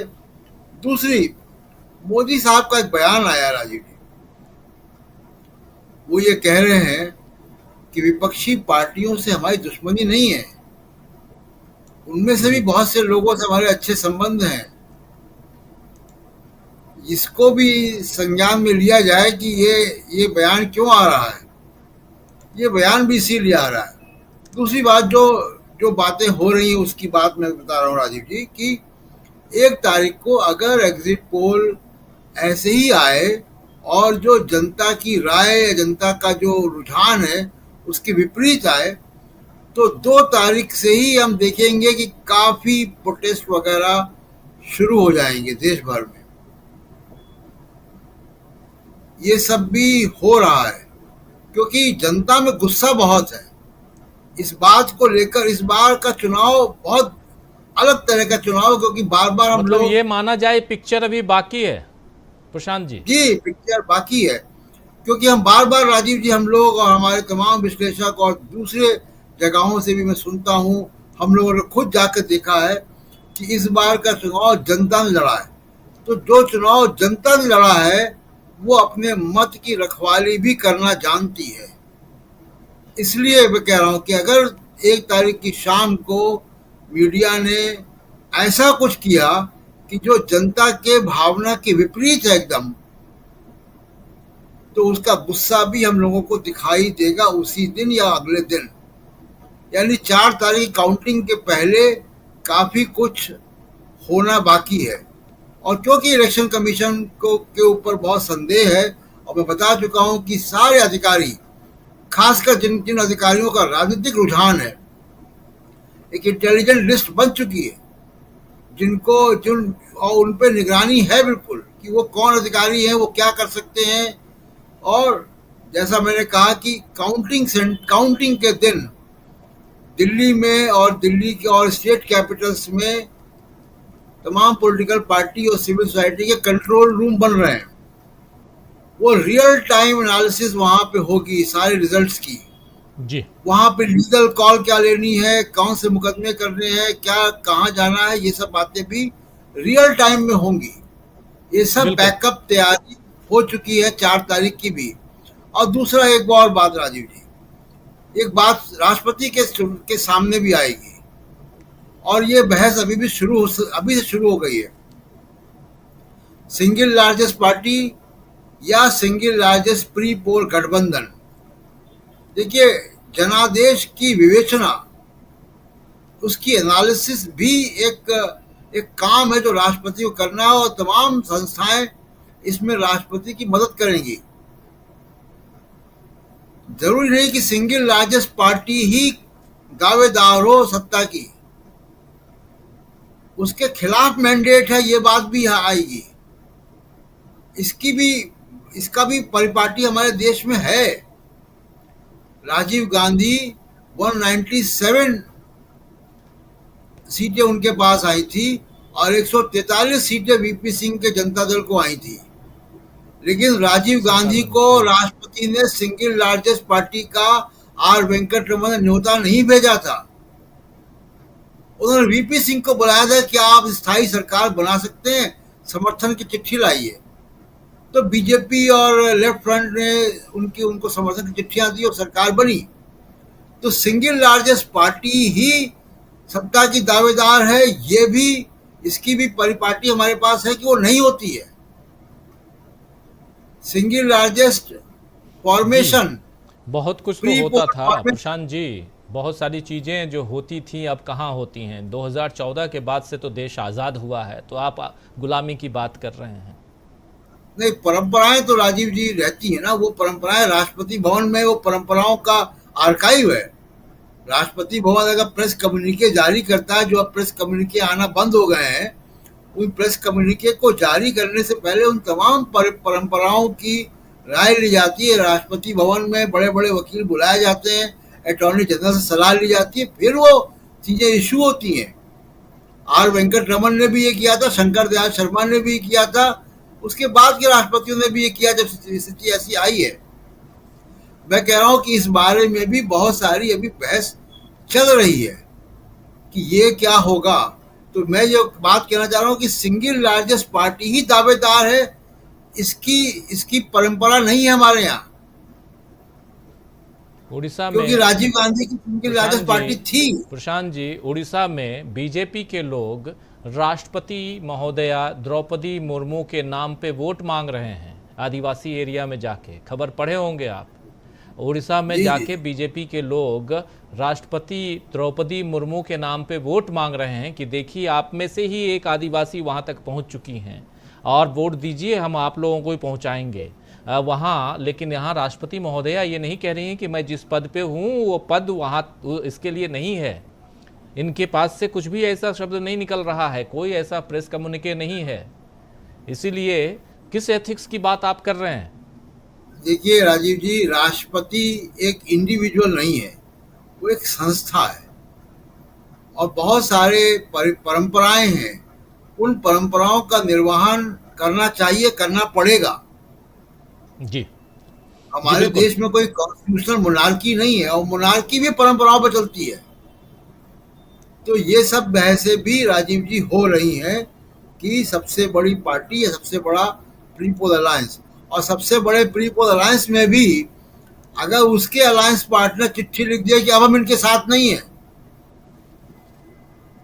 तो वो दावे में भी खोट पैदा हो जाता है। तो बहुत कुछ अभी जो है यमुना से पानी बहना है 4 तारीख तक राजीव जी। जी बिल्कुल सही आप कह रहे हैं, बहुत कुछ बहना बाकी है। दीपक जी कुछ जोड़ना चाहते हैं? जी दीपक जी। जी, मैं याद दिला दूं कि जो राजीव गांधी वाला जो रेफरेंस है, उसमें हुआ ये था कि उनको 197 सीटें मिली थी, सही बात है, लेकिन उन्होंने सरकार बनाने से इनकार कर दिया था ये कह के कि मुझे पहले 414 सीटें मिली थी और 2217 सीटों का नुकसान हुआ है। इसका मतलब है कि मेरे पास बहुमत नहीं है। नैतिकता के आधार पे उन्होंने दावा नहीं किया, लेकिन उसकी उम्मीद आप आज के शासकों से नहीं कर सकते। आप क्या सोचते हैं कि अगर इस समय यही स्थिति इनके साथ होगी, मोदी जी के साथ, तो क्या वो नहीं जाएंगे सरकार बनाने? वो बिल्कुल जाएंगे। उस समय राजीव गांधी का जो रेफरेंस है वो ये है कि उन्होंने खुद ही इनकार कर दिया था कि मुझे नहीं जाना चाहिए, तब कहीं वीपी सिंह को आमंत्रित किया गया था। इसको फिर से फैक्ट और चेक किया जा सकता है। जी जी, नहीं, बिल्कुल आप सही कह रहे हैं, बिल्कुल सही कह रहे हैं। और लेकिन उतना पीछे ना जाकर, वही तो मैं कह रहा था प्रशांत जी को भी कि आज के दौर में हमारे एक साथी लिख रहे हैं असलम चिश्ती जी कि वो दौर कुछ और था, ये दौर कुछ और है। तो बिल्कुल ये कुछ और है। और इस दौर में लेकिन जो बातें हैं बहुत इंपॉर्टेंट हैं, जिस तरफ इशारा कर रहे हैं प्रशांत जी, फैक्ट्स को किनारे रखते हुए भी राष्ट्रपति होती हैं और उनके सामने भी वही लाल किताब है, जिस लाल किताब को लेकर राहुल गांधी कह रहे हैं कि इसे बदलना चाहती है बीजेपी, यानी संविधान। आप संविधान के दायरे में बंधे हुए हैं, कुछ भी कर लीजिए, और उसी संविधान की शपथ लेकर आप बैठे हैं, राष्ट्रपति हैं चाहे प्रधानमंत्री हैं, तो इसलिए भी आपको उन कर्तव्यों का पालन तो करना ही होगा। और अगर नहीं करना है तो फिर उस संविधान को किनारे रखने से पहले भी आपको बहुत कुछ करना होगा, जो इस देश की जनता इसकी इजाजत नहीं देगी। यह साफ दिखाई देता है। तो इसलिए जो प्रशांत जी कह रहे हैं, बहुत इंपॉर्टेंट पहलू पे चर्चा हम लोग कर रहे हैं। जरा आगे बढ़ें और आना चाहता हूं समीर जी आपके पास एक बार फिर से, जल्दी जल्दी इस कार्यक्रम को आप समापन की ओर ले चलें। और 1 जून और उस दिन जिस तरफ इशारा, जिस बात को लेके हम आ रहे हैं, और उसमें सबसे बड़ी बात ये कि इंडिया गठबंधन, यहां देखिए हम लोग भी कल जब ये खबर आई आश्चर्यचकित थे कि 1 जून को तो 7वें फेज का मतदान है। उस दिन अचानक आनन फानन में इंडिया गठबंधन ने यह बैठक क्यों बुला ली? अब मुझे जहां तक लग रहा है कि शायद यह बैठक, प्रशांत जी और अच्छी तरह से बताएंगे, शाम को नहीं हो सकता है कि दिन में यह बैठक हो। अगर यह दिन में बैठक होगी तो शाम की तस्वीर कुछ और भी नजर आएगी, जो प्रशांत जी कह रहे हैं, यानी कि एग्जिट पोल की तस्वीर कुछ और नजर आए। शायद हो सकता है शाम की बैठक हो और उसको अब दिन में कर लिया जाए तो बेहतर होगा। लेकिन समीर जी, जिस मीडिया को लेकर चर्चा होती रही है, उस मीडिया के रोल पे लगातार प्रियंका गांधी ने एक इंटरव्यू दिया था, उस इंटरव्यू में भी सीधा वार राहुल गांधी सीधा वार कर रहे हैं, दूसरे जो इंडिया गठबंधन के दल जो हैं वो सीधी बात कर रहे हैं। मतलब ये मैसेज तो चाहे इंडिया गठबंधन के कोई भी नेता हो, मीडिया को लेकर ये मैसेज तो पहुंचा चुके हैं कि आप लोगों ने पिछले 10 साल में इस देश को गर्त में ले जाने में आपका भी बहुत बड़ा योगदान है। लेकिन उसी मीडिया को प्रधानमंत्री नरेंद्र मोदी भी हड़काते हुए नजर आते हैं। एक बड़ी एजेंसी को इंटरव्यू दिया और हड़का रहे थे कि क्या कचरा और क्या क्या लेके चले आते हो, ऐसे सवाल मत वो वहां ले जाके पूछा करो। कह रहे हैं सोशल मीडिया पे आप लोग देख सकते हैं। खैर उधर नहीं जाएंगे हम, लेकिन ये इंपॉर्टेंट पहलू है, जरा इस पे आपकी चर्चा, आपकी बात, अपनी बात रखिए प्लीज। समीर जी आ रही है आवाज? हाँ जी आ रही है आवाज। हाँ जी, मैं यही कह रहा था कि मीडिया का रोल और इंडिया गठबंधन के सामने क्या एक चुनौती ये भी है। 1 तारीख की जो बैठक होगी उसमें मीडिया पर भी एक चुनौती के साथ, क्योंकि सरकार, सत्ता परिवर्तन, क्या कुछ होगा ये तो है ही, लेकिन उसके साथ साथ मीडिया जिस प्रकार भोपू बनकर बाजा बजाकर दुनिया दूर दूर तक पहुंचाने की कोशिश करता है, जिस तरफ इशारा कर रहे थे प्रशांत टंडन जी कि जो एग्जिट पोल है वो अब की बार 300-400 नहीं तो 300-350 पार का एग्जिट पोल आप लोग देखेंगे। ये सब कुछ अगर पहले से तैयारियां इसकी अगर हो तो फिर मीडिया के रोल पर भी तो ध्यान आकर्षण होना चाहिए। निश्चित तौर पर होना चाहिए। जिस तरह से राहुल गांधी के भाषणों में खास तौर पे दिखाई पड़ रहा है पिछले कुछ दिनों से, मीडिया जो अपना रोल प्ले कर रहा है सभी को पता है, लेकिन उसको जिस तरह से राहुल गांधी ने अपने भाषणों में स्पष्ट तौर पर दिखाया कि इसको हर व्यक्ति समझ रहा है कि आप कर क्या रहे हैं, ये बहुत बड़ी चुनौती है। और उसको कैसे क्या होता है 1 तारीख को, इन सब चीज़ों पर जाहिर तौर पर गठबंधन के लोग भी नज़र रखे हुए हैं। और एक चीज मैं मेंशन करना चाहता हूं, चूंकि प्रशांत जी ने जब उसकी चर्चा की तो मुझे याद आ गया, ये जो स्ट्रांग रूम की बात हो रही है, अभी जौनपुर में कुछ ट्रक पकड़े गए यहाँ उत्तर प्रदेश में।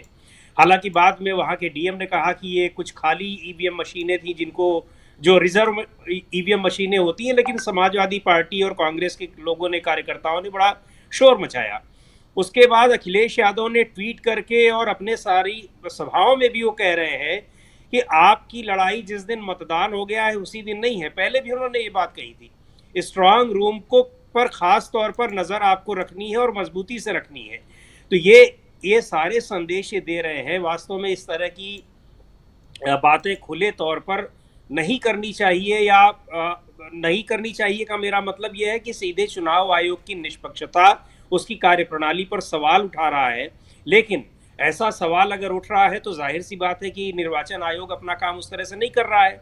तो विपक्ष के लोग जमीन पर भी इस बात को लेकर के पूरी तरह से सावधान हैं कि क्या कुछ हो सकता है। इवन काउंटिंग के दिन के लिए भी तैयार, बहुत सारे लोगों से, नेताओं से, जो छोटे नेता हैं, बूथ का की जिम्मेदारी जिनको दी गई है, या फिर वो जिले स्तर के पदाधिकारी हैं, उन लोगों से बातचीत को लेकर के यही लगा कि उन्हें मतदान तक तो जो है ही है, उनकी असली चुनौती वो काउंटिंग, मतदान से लेकर के और काउंटिंग के दिन तक, वो वाली चुनौती उनके सामने सबसे बड़ी है। जी बिल्कुल बिल्कुल, यानी ये एक इम्पॉर्टेंट पहलू है कि कम से कम इतना तो है कि तैयारी आप पहले से कर रहे हैं। चलिए एक ट्वीट आपके सामने लाना चाहता हूं। जयराम रमेश का ट्वीट है, अभी उन्होंने ट्वीट किया है और क्या कुछ लिख रहे हैं सुन लीजिए, देख लीजिए। जयराम रमेश लिख रहे हैं कि सुना है कि निवर्तमान प्रधानमंत्री 30 मई और 1 जून के बीच मेडिटेशन के लिए कन्याकुमारी के विवेकानंद स्मारक जा रहे हैं। याद करें कि 7 सितंबर 2022 को राहुल गांधी ने वहीं से अपनी भारत जोड़ो यात्रा की शुरुआत की थी। अब निवर्तमान प्रधानमंत्री उसी जगह से अपने रिटायर्ड लाइफ यात्रा की शुरुआत करने जा रहे हैं। ये जो अभी हम लोगों ने शुरुआत में आपके सामने जो बात रखी थी, विवेकानंद मेमोरियल जो है कन्याकुमारी में, वहाँ जा रहे हैं, उसी पर एक ट्वीट है ये कांग्रेस नेता राज्यसभा सांसद जयराम रमेश का। अनिल सिन्हा साहब, अब इस पे भी चर्चा खूब होगी। हालांकि प्रधानमंत्री नरेंद्र मोदी कभी गुफा में, कभी समुद्र के नीचे, कभी अब विवेकानंद मेमोरियल जा रहे हैं, तो कहीं ना कहीं ये तो है कि वो परमात्मा की आवाज़ हैं, परमात्मा के दूत बन के आए हैं, ये जताने की कोशिश कम से कम 7वें चरण में तो ज़रूर करेंगे वो, क्योंकि वहाँ पर उनकी जो किस्मत है वो दांव पे है। नहीं, देखिए, किस्मत की बात नहीं है। बात यह है कि दो लोग, तीन लोग, मतलब एक तो मोदी को अगर संस्था माने, प्रधानमंत्री हैं देश की सबसे बड़ी पार्टी जो है दुनिया की, उसके नेता है, तो वो चुनाव आयोग और मीडिया, ये तीनों ने अपना कोई परिवर्तन नहीं किया। और उसने जो पूरे 7 फेज के चुनाव में एक चीज कॉमन है कि सब लोगों ने कुछ फेरबदल किया अपने एटीट्यूड में, अपने लोगों से रिस्पॉन्स किस तरह से करना है, लोगों को के चीज़ों के बारे में रिस्पॉन्ड करने के बाद लेकर के। लेकिन वो जो है, ये 3 लोग नहीं बदले। 3 लोग मतलब एक तीनों संस्था के रूप में मैं ले रहा हूँ, व्यक्ति के रूप में नहीं। और इन तीनों लोगों ने जो लोकतंत्र को की जो गिरावट है उसको पूरा एक्सपोज किया। अब जैसे आप लोग चर्चा कर रहे हैं ना कि 1 तारीख को क्या, मैंने कल ही बात हुई थी तो एक चैनल पे कहा था कि 1 तारीख को, ये मुझको मालूम नहीं था, प्रशांत जी ने जो बताया कि उनको दे दिया गया है टारगेट की आपको कहाँ ले जाना है, मतलब लोअर लिमिट और अपर लिमिट दोनों दे दिया गया है। ये लोअर और अपर लिमिट की जानकारी नहीं थी। लेकिन मैंने कहा था उनको कि वो देखिए, प्रधानमंत्री भले ही मतलब डूब जाए, सब ठीक नहीं रहेगा, लेकिन वो पार कर पाए या नहीं, बीच में ही हो सकता है भसक जाए मामला, हमारे लैंग्वेज में अगर कहेंगे। लेकिन मीडिया उनको पार करा देगा, क्योंकि उनको पार तो उनको करना है। मीडिया देखिए, पूरा लोकतंत्र कॉमेडी सर्कस में बदल दिया है नरेंद्र मोदी जी ने। और उसका जो एक दृश्य उन्होंने एक अच्छा, मतलब जिसने भी स्क्रिप्टिंग की हो, वो जिसके बारे में राहुल गांधी बोल रहे हैं कि चमचों को बिठा लेते हैं, वो उसी, मतलब एक ये भी दृश्य रहेगा। तो जो आप, मतलब जो 1 जून को उस जो प्रहसन का एक लास्ट हमको लग रहा है, लास्ट ही समझिए, क्योंकि 4 जून को तो पर्दा मतलब ये करने वाला गिराने का की नौबत आएगी, लेकिन 1 जून को उसका लास्ट आप देखेंगे और उसमें कई चीजें जो कर वगैरह तो होगा ही, और भी हमको लग रहा है कि कई ये जैसे जा रहे हैं अपना मेडिटेशन के लिए, तो ये इस तरह के कई नाटक आपको 1 जून को लगेगा। उसको काउंटर करना है इसको इंडिया गठबंधन को, क्योंकि पूरी नैरेटिव में आप देखेंगे कि 7 फेज के इलेक्शन में कितनी चुनौतियों को पार किया है। हमको लग रहा है कि एक उनको इसका भी जायजा लेना होगा कि अब जो 1 तारीख तक हम लोग पहुंचे हैं वो किस तरह किन चुनौतियों से गए हैं। हमको लग रहा है ये भी रहेगा, मतलब बहुत सीरियस नोट पर उसको हमको लग रहा है कि लेना उनको करना पड़ेगा कि 4 जून की बात तो अलग है, लेकिन 1 जून को आ रहे हैं। लेकिन ये आपने एक सही कहा था अपने वक्तव्य में कि उनका सब कुछ तय है का मतलब कि उनमें कोई विचारधारा की या व्यक्तिवाद की का कोई संघर्ष नहीं है। मैं लास्ट एक पॉइंट कहूँगा, ये 7वां फेज होने वाला है, 1 जून को बैठक भी होगी, लेकिन ये इलेक्शंस जो है इसने भारतीय लोकतंत्र को बहुत समृद्ध भी किया है, क्योंकि इसने इसके जो अंधेरा पक्ष था, इसका जो डार्क फेज था उसको भी दिखा दिया, और उसके जो पॉजिटिव थे वो भी लोगों ने मजबूती से, जिस तरह से इंडिया गठबंधन और विचारधारा के तौर पर लोगों की बात करना, कितने ऑड्स थे। अब देखिए पूरा का पूरा मीडिया इस ये में लगा हुआ था, और वो उसको उस सबके सामने उन्होंने अंततः रखा कि लोकतंत्र और संविधान और जो मुद्दे हैं जनता के, इसको स्थापित करने की कोशिश की। इसलिए हमको लग रहा है क्या कि सिर्फ डार्क साइड ही नहीं, इसका ये जो उज्जवल पक्ष है, और लोग बोल रहे हैं भाई हमको किस मुद्दे संविधान बचाना है, गांव का हम कितना वोट दिया है उसको ये में आंकड़े में ना जाए, वो बोल रहा है कि संविधान बचाना है। लास्ट तक संविधान की बात जो आप आंदोलन भी करते तो उन तक ये नहीं पहुंचा सकते थे, इस चुनाव ने वहां तक पहुंचा दिया। ये अचीवमेंट है। हमको लग रहा है कि इन्हीं ऐसे ही पॉजिटिव नोट से हम लोगों को पर चीजों को लाना चाहिए। बिल्कुल आप सही कह रहे हैं। क्या संजय जी आपको भी लगता है कि संविधान बचाना ये एक सबसे बड़ा मुद्दा जिसको विपक्ष ने बिल्कुल इस ढंग से कैप्चर किया है कि यहां से निकल पाना बहुत मुश्किल हो गया नरेंद्र मोदी को और उनकी पार्टी को? अनम्यूट कीजिए प्लीज। उतना ही नहीं, चंडीगढ़ और सूरत ने कंफर्म कर दिया कि ये संविधान की इज्जत नहीं रहने देंगे। तो और चंडीगढ़ वाले की अभी तक गिरफ्तारी नहीं हुई है, अभी तक कोई कार्रवाई नहीं हुई है। तो ये अपने आप में साबित करता है कि ये क्या चाहते हैं और क्या कर सकते हैं। तो और उसके बाद जब उससे पलट गए, तो मैंने वही पहले कहा था कि जब वो कहने लगे कि नहीं संविधान नहीं बदलना है, वो गलत बात है, तो उनके वोटर जो उनके समर्थक थे जो इसीलिए पसंद करते हैं उनको, वो भी नाराज है। तो मुझे लगता है कि ये बुरी तरह फंस गए, फंसे ही नहीं है, बुरी तरह फंसे हैं और अपने ही जाल में फंसे हैं। उसके लिए भी किसी ने कुछ किया नहीं। और जहां तक ये जो ये है 1 तारीख की तैयारी है, वो भी कांग्रेस मतलब बैठक है, ये अपने आप में बहुत बड़ी बात है। लोकतांत्रिक तरीका, बैठक करके हम फैसला करेंगे, और 1 तारीख को हम बैठक कर रहे हैं, उधर तो कोई बैठक ही नहीं होती है। तो यहां अगर 1 तारीख को बैठक हो रही है, तो ये अपने आप कन्वे कर रहा है कि हम डेमोक्रेटिक हैं और अभी भी डेमोक्रेटिक तरीके से काम करेंगे, और इनका कोई बैठक नहीं है। और पिछली बार जिस दिन वाराणसी में मतदान था, उस दिन चले गए थे गुफा में, और इस बार जा रहे हैं वहां गुफा में। और जयराम रमेश ने जो कहा है, तो वहां गुफा में गए थे तो वो तो हिंदू वोट लेने के लिए था कि जिस दिन मतदान है उस दिन आप चले गए ध्यान करने मंदिर में, गुफा में, तो वो हिंदू वोट को अट्रैक्ट करने के लिए हो सकता था। और मैंने वही मतलब लगाया था और वही हुआ भी था। और अब जो है वो चले गए वहां, अगर विवेकानंद उसमें, तो जयराम रमेश ठीक कह रहे हैं कि अब इन्होंने मान लिया है कि अब वोट नहीं मिलना है और ध्यान लगाने से कुछ नहीं होना है, अब रिटायर्ड लाइफ की शुरुआत की जाए। तो मुझे लगता है कि वो भी मान चुके हैं, और इसमें अब हम लोगों को शक नहीं होना चाहिए, क्योंकि वो बुरी तरह फंस चुके हैं, इसलिए मान लिए। इतना तय मानिए कि चौंकाने वाले नतीजे आ रहे हैं और उत्तर प्रदेश में हमारे तमाम साथी और खासकर समीर आत्मज मिश्र जी जो हमारे साथ जुड़े हुए, जिन्होंने अपनी तमाम जो बातें हैं पश्चिम से लेकर पूरब तक की बातें आप लोगों ने सुनी, उससे साफ समझ में आता है कि इस बार परिस्थितियां बहुत बदल चुकी हैं। राहुल गांधी की एक तस्वीर अभी आप देख रहे थे इसी स्क्रीन पर, जिसमें एक हाथ में वो संविधान और दूसरे हाथ में बाबा साहब। ये देखिए, ये जो तस्वीर है ये बहुत कुछ बोलती है और ये तस्वीर आज वाराणसी में दिखा रहे थे राहुल गांधी। ये तस्वीर राहुल गांधी की जो तस्वीर है भाषण देते हुए, ये वाराणसी में है और यहाँ से जैसे अगर बकौल अखिलेश यादव की 69 सीटें, 79 सीट जो है 79 सीटें, 69 नहीं 79, 79 सीटें तो हम जीत रहे हैं। एक सीट क्योटो वाली उसमें फाइट है, तो ये वही क्योटो वाली सीट है और यहाँ पर कितनी फाइट है आप सब समझ सकते हैं। तो प्रधानमंत्री नरेंद्र मोदी के लिए इससे बेहतर और क्या मौका हो सकता है।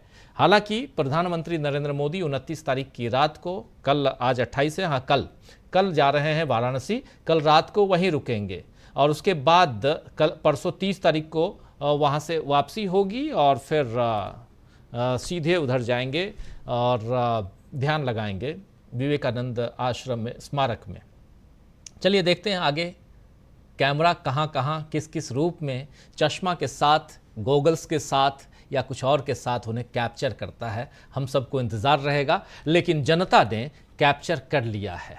जहां वोट डालना था डाल दिया है और इस बार की जो पोलिंग हुई है वो बिल्कुल डिफरेंट है। ना ही 14 है, ना ही 19 है, ये 2024 है। इंतज़ार 2029 का आपको नहीं करना है। चलिए आगे देखेंगे। बहुत बहुत शुक्रिया आपका संजय जी, बहुत बहुत शुक्रिया अनिल सिन्हा जी, समीरात्मज मिश्र जी, प्रशांत टंडन जी, डॉक्टर दीपक पासपोर जी, अमलेंदु उपाध्याय जी, आप सबका बहुत शुक्रिया, बहुत धन्यवाद। आप तमाम साथी जो हमारे साथ बने हुए हैं, आप सबका भी बहुत बहुत शुक्रिया अदा करता हूं। लगातार आप लोगों की बातें, दीप हमारे साथ जुड़े हुए हैं, लिख रहे हैं वो पहाड़ों में बैठकर चीन को क्यों देखता है। ट्रूथ डज प्रिवेल भी हैं, लिख रहे हैं भाइयों CISF के हवाले पार्लियामेंट क्यों किया गया। देखिए कितने क्यों वाले सवाल हैं और बहुत इंपॉर्टेंट सवाल